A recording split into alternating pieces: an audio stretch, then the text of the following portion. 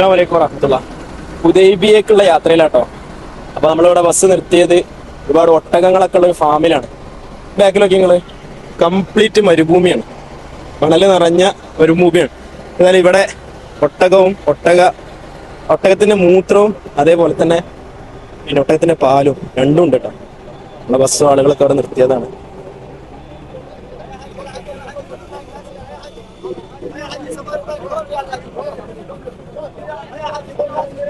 ഒട്ടകത്തിന്റെ പാലൊക്കെ നമ്മള് മുമ്പ് കുടിച്ചുട്ടാ.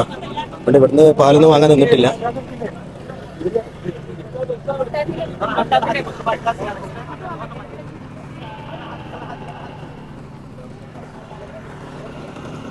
ഇതേപോലെ നല്ല ഡെസേർട്ട് കാർട്ടുകളും ഡെസേർട്ട് സഫാരികളൊക്കെ ഇവിടെ ഉണ്ട് കേട്ടോ.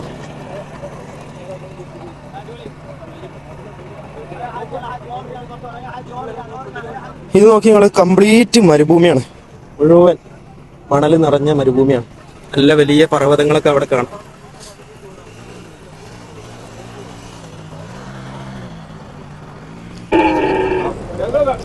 ഒരു പാവം ജീവി. ഇത് താമസിക്കാൻ ഇതിന് ആടുകളെ പോലെ വലിയ ഷെഡോ മറ്റൊന്നും വേണ്ട. മരുഭൂമിയിൽ ഒരു കമ്പി വേലി വലിച്ചിട്ടിയാലേ അതവിടെ നിന്നുള്ളൂ. അതാണ് കേട്ടോ അതിന്റെ പൂഞ്ഞ. ഇവിടെ വെള്ളം കുടിച്ച വെള്ളം അത് ഫാറ്റായിട്ട് സ്റ്റോർ ചെയ്ത് വെക്കും. നല്ല കണ്ട്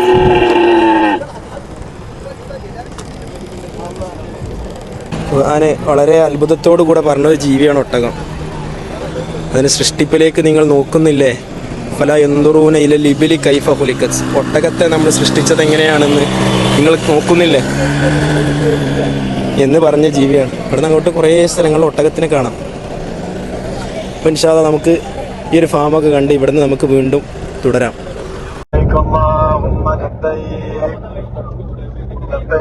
കാബയുടെ കില്ല നിർമ്മിക്കുന്ന ഫാക്ടറിയാണ്.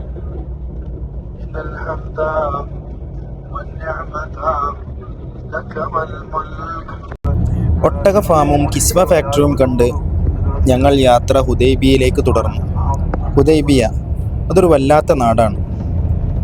ഹിജ്റ 6 ദുൽഖഅദ ആദ്യത്തിലെ ഒരു തിങ്കളാഴ്ച നബി സല്ലല്ലാഹു അലൈഹി വസല്ലമ തങ്ങളും സ്വഹാബികളും ഉംറ നിർവഹിക്കാനായി മദീനയിൽ നിന്ന് മക്കയിലേക്ക് പുറപ്പെട്ടു. അതിർത്തിയായ ഹുദൈബിയയിൽ എത്തിയപ്പോൾ ഖുറൈശികൾ അവരെ തടഞ്ഞു. അങ്ങനെ യുദ്ധമില്ലാതെ ഒരു സന്ധിയിലൂടെ ഇതിനൊരു പരിഹാരം കാണുകയായിരുന്നു. 4 നിർദ്ദേശങ്ങളാണ് പ്രത്യേകമായി അവർ വെച്ചിട്ടുള്ളത്. 1, ഈ വർഷം പ്രവാചകരും സ്വഹാബത്തും ഉംറ നിർവഹിക്കാതെ മടങ്ങിപ്പോവുകയും അടുത്ത വർഷം മുസ്ലിങ്ങൾക്ക് മക്കയിൽ വരാമെന്നും 3 ദിവസം താമസിക്കാമെന്നും പറഞ്ഞു. കൂടെ ഉറയിലിട്ട വാളല്ലാതെ മറ്റൊന്നും പാടില്ലെന്നും ആയിരുന്നു 1ാമത്തെ നിർദ്ദേശം. 2ാമത്തേത് 10 വർഷത്തേക്ക് ഇരു കക്ഷികളും യുദ്ധം പാടില്ല. 3ാമത്തെ നിർദ്ദേശം നബി സല്ലല്ലാഹു അലൈഹി വസല്ലമ തങ്ങളുമായി സഖ്യത്തിലേർപ്പെടാൻ താല്പര്യപ്പെടുന്ന ഗോത്രങ്ങൾക്ക് അതിന് ഖുറൈശികളുമായി സഖ്യത്തിലേർപ്പെടാൻ താല്പര്യമുള്ളവർക്കും അതിനും അവസരം ഉണ്ടായിരിക്കുന്നതാണ്. ഈ ഗോത്രങ്ങൾക്കെതിരെ നടത്തുന്ന കയ്യേറ്റം ആ വിഭാഗത്തിനെതിരെയുള്ള കയ്യേറ്റമായിട്ടാണ് പരിഗണിക്കുക. 4ാമത്തെ നിർദ്ദേശം ഖുറൈശികളിൽ നിന്ന് ആരെങ്കിലും മുഹമ്മദ് നബി സല്ലല്ലാഹു അലൈഹി വസല്ലമ പക്ഷത്തേക്ക് ഒളിച്ചോടിയാൽ അവരെ തിരിച്ചയക്കണമെന്നും മറിച്ച് ഇവിടെ നിന്ന് ആരെങ്കിലും ഖുറൈശി പക്ഷത്തേക്ക് എത്തുന്നവരെ തിരിച്ചയക്കില്ല എന്നുമായിരുന്നു പ്രധാന സന്ധിയാവസ്ഥ. ഇത് റസൂലുള്ളാഹി സ്വല്ലല്ലാഹു അലൈഹി വസല്ലം അംഗീകരിച്ചത് ഈ ഹുദൈബിയയിൽ വെച്ചാണ്. അതുകൊണ്ടാണ് ഇതിനെ ഹുദൈബിയ സന്ധി എന്ന് പറയുന്നത്. ജീവിക്കാണ് ആ സമയത്ത് അതാണ് സ്വഭാവത്തും കൂടി പിന്നെ ചർച്ച നടക്കുകയും അങ്ങനെ മക്കയിലേക്ക് പുറപ്പെടുകയും ചെയ്യുകയാണ്. മക്കയിലേക്ക് വരുന്നത് ഉംറ നിർവഹിക്കാൻ വേണ്ടിയാണ്. ഉംറ നിർവഹിക്കാൻ വരുന്നത് ഇവിടെ ശത്രുക്കളാണുള്ളത്. അതുകൊണ്ട് തന്നെ അള്ളാഹു വളരെ സൗമ്യമായി വളരെ ശ്രദ്ധിച്ചുകൊണ്ട് സമാധാനത്തെ കൊടി ഉയർത്തിപ്പിടിച്ച് സ്വാഭാവിക നല്ല നിർദ്ദേശങ്ങൾ കൊടുത്തുകൊണ്ട് അവർ മറ്റു 1400 ആളുകൾ വരുന്നത് മക്കയിലേക്ക് വരുന്നത്. ഇവിടെ വന്നു ഏകദേശം 60 പരിസരത്തോടെ എത്തി. എത്തിയപ്പോൾ ശത്രുക്കൾ അറിയുകയാണ് അള്ളാഹു റസൂലും സ്വഹാബത്തും ഒരുപാട് ആളുകളുമായി മക്ക കീഴ്പ്പെടുത്താൻ വരുന്നുണ്ടെന്നുള്ളൊരു പ്രചാരണം ശത്രുക്കളിൽ വ്യാപിച്ചു. അപ്പം അള്ളാഹു റസൂൽ ദൂതനെ പറഞ്ഞയച്ചു. ഉസ്മാൻ റളിയല്ലാഹുവിനെ അബൂ സുഫിയാനെത്തിക്ക് പറഞ്ഞയച്ചു. വന്ന് വിവരങ്ങൾ അറിയിക്കാൻ വേണ്ടി. നമ്മൾ യുദ്ധത്തിൽ വന്നതല്ല, ഇവിടെ ഉംറ ചെയ്ത് പോകുമ്പോൾ മാത്രം ലക്ഷ്യമുള്ളതെന്ന് പറഞ്ഞുകൊണ്ട് റസൂൽ വിവരം അറിയിക്കും. ആ വിവരം അറിയിച്ചു എന്തായി ഉസ്മാൻ റളിയല്ലാഹു അവിടെ പിടിച്ചു വെച്ചു. ഇവിടെ തിരിച്ചു വന്നിട്ട് ആ സമയത്ത് അള്ളാഹു റസൂലും സ്വഹാബത്തോട് വിഷമിച്ചു. സ്വഭാവത്തിനൊരു വലിയൊരു പ്രതിസന്ധി ഉണ്ടായി.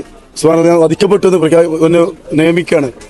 ആ സമയത്താണ് പിന്നീട് അവരുമായിട്ട് കൂടിക്കാഴ്ച നടത്തി അവിടുന്ന് ആളുകളെ ഇങ്ങോട്ട് വിളിച്ചുകൊണ്ട് കരാറുണ്ടാക്കിയാണ്. ആ സമയത്ത് സ്വഭാവത്വം എന്തായി, ഇനി ഇങ്ങനെ തിരിച്ചു പോകാൻ വേണ്ടി പറ്റും, യുദ്ധത്തിന് വേണ്ടി തയ്യാറാവുകയാണ്. അതുകൊണ്ട് പേടിച്ച ശത്രുക്കൾ എന്തായി, യുദ്ധത്തിൽ നിന്നാൽ അവർ പല രൂപത്തും പരാജയപ്പെട്ട ചരിത്രം ശത്രുക്കൾക്കുള്ളത്. അതുകൊണ്ട് തന്നെ അവരെന്തായി കരാറിനും വേണ്ടി ഒരു മുതിരുകയാണ്, തയ്യാറെടുത്തു. കരാറ് പൂർത്തീകരിക്കാൻ ഒരു മറ്റൊരു എഗ്രിമെന്റ് തയ്യാറാക്കണം. ഒരു 10 വർഷത്തിൽ ഒരു എഗ്രിമെന്റ് ആയിരുന്നു അവർ തയ്യാറാക്കിയത്.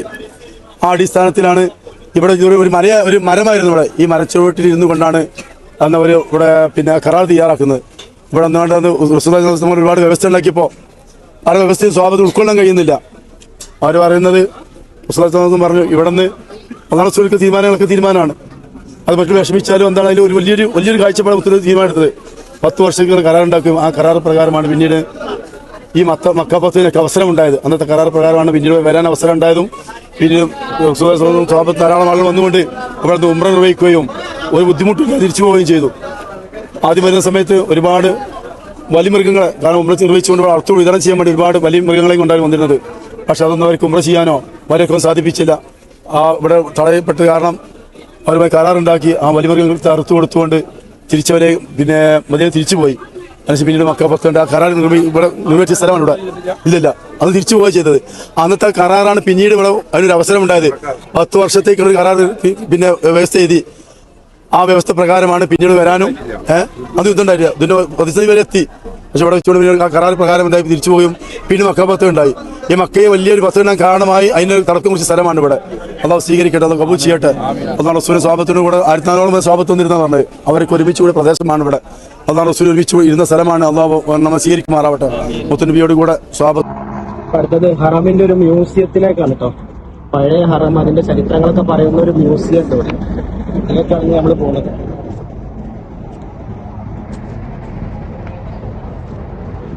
പഴയ ഹറമിലുണ്ടായിരുന്ന തൂണുകളാണ് ഈ കാണുന്നത്. എല്ലാം പഴയ ഹറമിലുണ്ടായിരുന്ന തൂണുകളാണ് കേട്ടോ.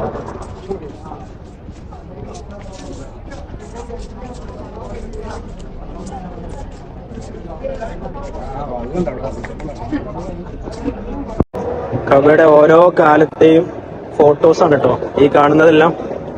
ഓരോ കാലത്തെയുള്ള ഫോട്ടോസ്, കബയുടെ വ്യത്യസ്ത രൂപങ്ങള്, അതിന്റെ ഓരോ വർഷങ്ങളൊക്കെ ഇവിടെ എഴുതി വെച്ചിട്ടുണ്ട്.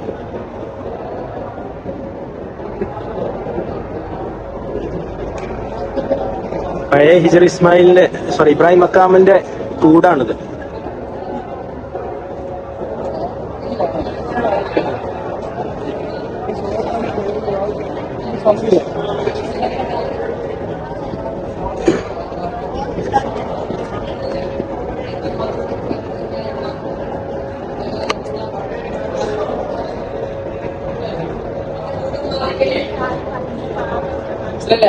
ഈ ഹിജർ ഇസ്മായിലിന്റെ ഭാഗത്ത് പഴയകാലം ഇപ്പം കാണുന്നില്ല, ഒരു പച്ച ലൈറ്റ് കൂടെ കാണുന്നില്ല. ഹിജർ ഇസ്മായിലിന്റെ പെട്ടിന്റെ ഭാഗത്ത് പഴയകാലത്തുള്ള സാധനം ഇത്.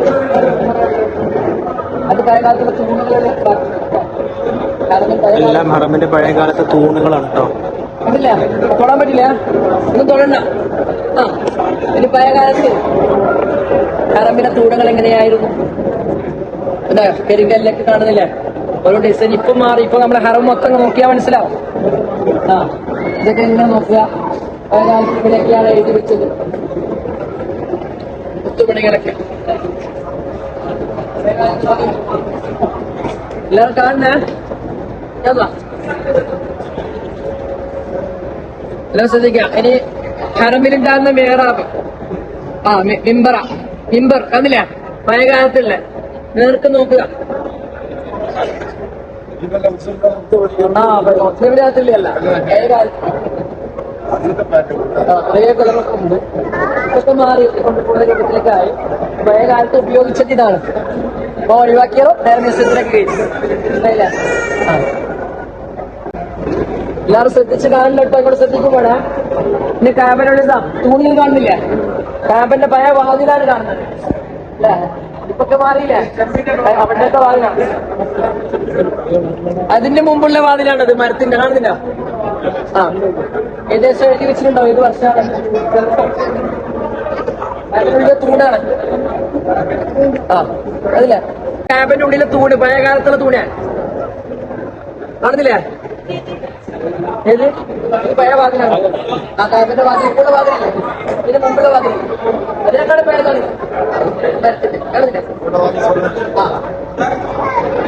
അത് കാവിലുള്ള ചൂട്. ആ അവിടെ പഴയ കാലം മാറ്റി മാറ്റി കണ്ടു. ആ അതിനുശേഷം അങ്ങനെ തോന്നില്ലേ? കേൾക്കാൻ നട്ടാൽ പഴയ കില്ലയുടെ ഭാഗങ്ങളാണ് കേട്ടോ. കുഞ്ഞിക്കണ്ടേ എല്ലാവരും ശ്രദ്ധിക്കുക. കില്ല നിർമ്മിക്കാൻ ഉപയോഗിച്ച നൂലുകളാണ്, കിസ്വയുടെ നൂലുകളാണ്.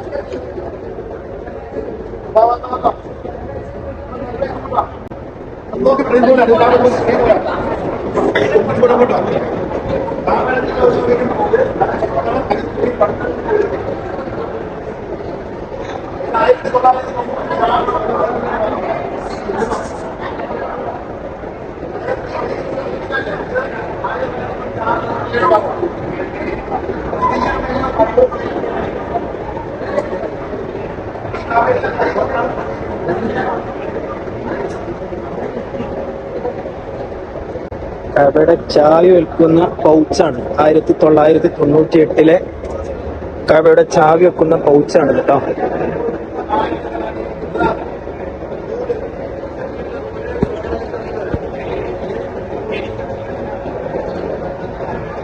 എന്താണ് ഇവിടെ എഴുതി വെച്ചിട്ടുണ്ട്? കഅബയുടെ ഡോറിന്റെ ഒരു കർട്ടൻ. ഏതാ വർഷം ഒന്നും ഇവിടെ ഇല്ല. കഅബയുടെ ഡോറിന്റെ ഈ ഒരു കർട്ടൻ.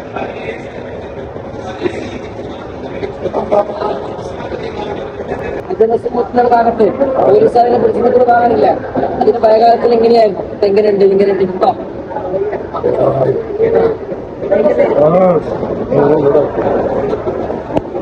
താക്കോലൊക്കെ ശ്രദ്ധിച്ചു പെട്ടിയാണ് കറങ്ങില് ഇല്ല.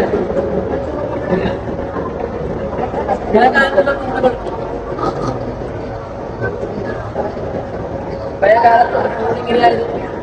ഒക്കെ മാറിയല്ലേ, പുതിയ രൂപത്തിലേക്കായി മാറി. ഇതെല്ലാം നോക്കുക. അൽഹിന്ദ് വരിക ഇതൊക്കെ നോക്കട്ടോ. അങ്ങനെ പറയുന്ന തലമുറയ്ക്ക് എഴുതി വെച്ചിട്ട് ഞാൻ കല്ലുകൾ എഴുതിയൊരു കാര്യം ഉണ്ടായിരുന്നു. എന്താ കല്ലുകളില് അതേപോലെ തന്നെ ശ്രദ്ധിക്കുക. പോലീസുകാരെ പിടിച്ചു നിൽക്കുന്ന വാങ്ങണില്ല, കൊട്ടക്കണ്ടേ ശരിയല്ലേ? പഴയകാലത്ത് ഇത് സംസൊക്കെ കുടിക്കാനേ സംസൊക്കെ കുടിക്കാൻ ഉപയോഗിക്കുന്ന പാത്രമായിരുന്നു പഴയകാലത്തുള്ള. കാക്കയുടെ താക്കോല് കാണാം, ഇങ്ങോട്ട് വരിക. കണ്ടവർ കുറച്ച് മുന്നോട്ട് വരിക. അൽഹിന്ദ് വരിക, അൽഹിന്ദ് താൻ കാബയുടെ താക്കോല് പഴയകാലത്തുള്ള ഒക്കെ നോക്കണേ. കാബയുടെ താക്കോല് തന്നെ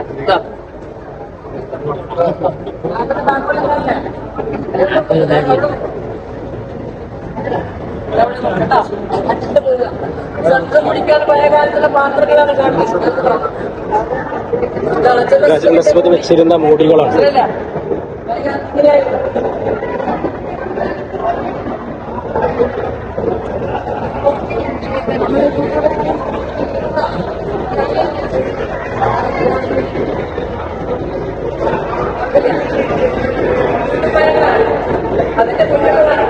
ഇവിടുത്തെ പള്ളിയിലുണ്ടായിരുന്ന തൂണിന്മേലുണ്ടായിരുന്ന വസ്തുക്കളാണ്.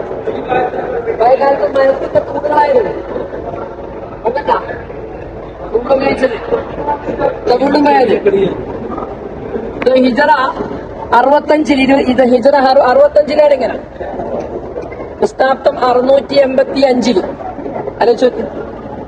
ഇതൊരു പഴക്കുണ്ട്.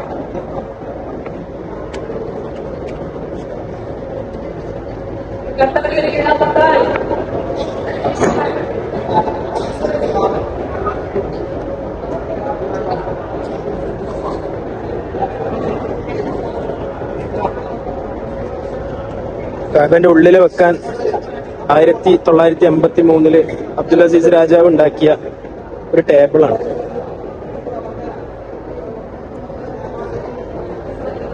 പന്ത്രണ്ടാം നൂറ്റാണ്ടിലുള്ള ഖുർആനാണ് കേട്ടോ.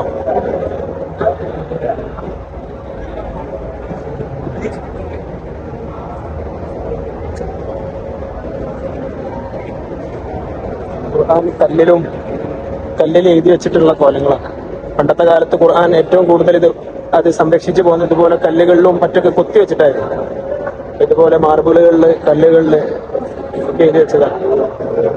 1662 ഇത് എഴുതിയിട്ടുള്ളത്.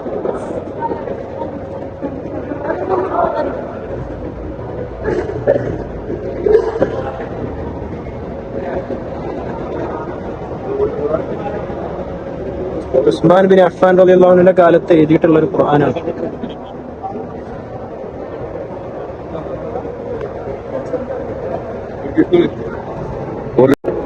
പഴയ സംസം കിണറിന്റെ ഒരു രൂപമാണ് ഇതിലുള്ള ഈ ഉപയോഗിച്ച കപ്പിയും കയറും. അന്നത്തെ സംസം കിണറിന്മേലത്തതാണ് എന്ന് പറയപ്പെടുന്നു. ഇവിടെ നിങ്ങൾക്ക് കപ്പിയും കയറൊക്കെ കാണാൻ കഴിയും. ഇത് അന്നത്തെ സംസം കിണറിൻ്റെതാണ് എന്നാണ് പറയപ്പെടുന്നത്. അന്നത്തെ സംസമിൽ ഉപയോഗിച്ചിരുന്ന കാര്യങ്ങളൊക്കെ ഇവിടെ ഉണ്ട്.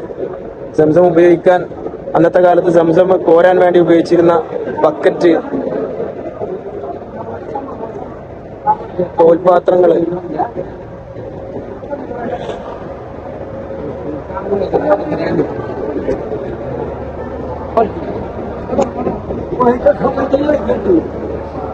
ആയിരത്തി 1894 കിട്ടിയിട്ടുള്ളതാണ്.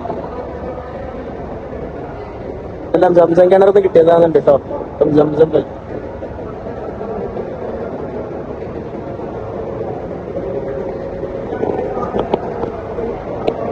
ഇന്ന് നമുക്ക് ഈ ഒരു കോലത്തിൽ സംസം ഇങ്ങനെയെന്നല്ല, നമുക്ക് സംസം കിണർ തന്നെ കാണാൻ ഇന്ന് കഴിയൂല. മക്കാമു ഇബ്രാഹിമിന്റെ ഒരു ഭാഗത്താണ് സംസം കിണർ ഉള്ളത് എന്ന് മാത്രമേ ഇന്ന് നമുക്കറിയുള്ളൂ.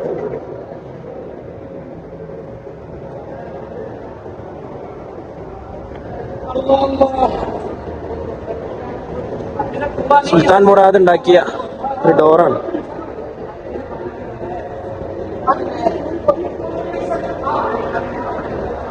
മസ്ജിദ് നബവി, മദീനത്തെ പള്ളിയുടെ ഡോറുകൾ തമ്മിൽ കൂട്ടാൻ വേണ്ടി ഉപയോഗിക്കുന്ന ആ സംഗതിയാണ്.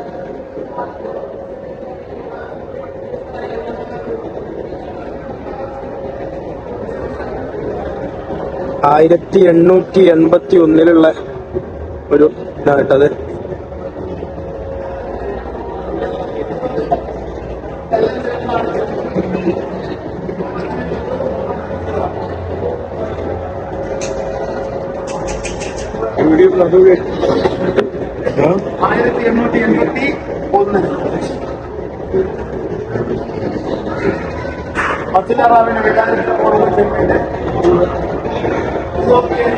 ഹറമിന്റെ മിനാരത്തിന്റെ മുകളിലുള്ളതാണ്.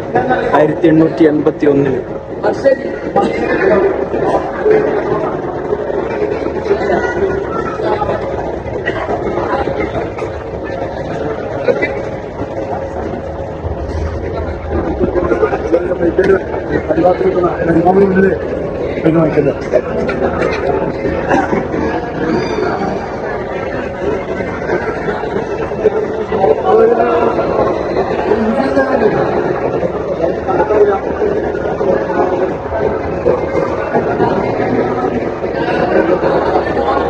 പള്ളിയുടെ മേലുള്ള ലാൻഡേണുകളാണ് കേട്ടോ. പള്ളിന്റെ മുകളിലുള്ള എന്താ പറയാ വിളക്കുകൾ, അതേപോലെ തന്നെ സമയം അറിയിക്കുന്നത്. ഇന്നും ഇതുപോലത്തെ ക്ലോക്കുകൾ അവിടെ ഉണ്ട്.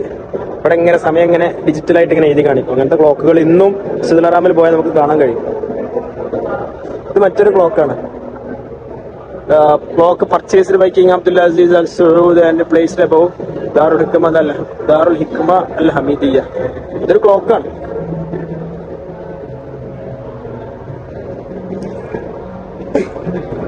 അന്നത്തെ കാലത്ത് നിസ്കാരത്തിന്റെ സമയം അറിയാൻ ഉപയോഗിച്ചിരുന്ന ഒരു ക്ലോക്കാണ്.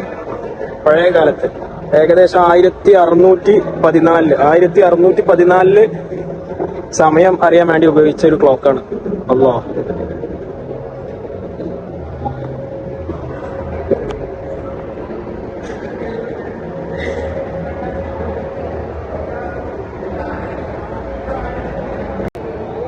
മസ്ജിദ് നബവിയിലെ ജനലാണ് ഇത്. അതേപോലെ തന്നെ ജനലിന്റെ ഒരു കവറാണ്. ഇത് കോപ്പറാണ്, ചെമ്പാണ്.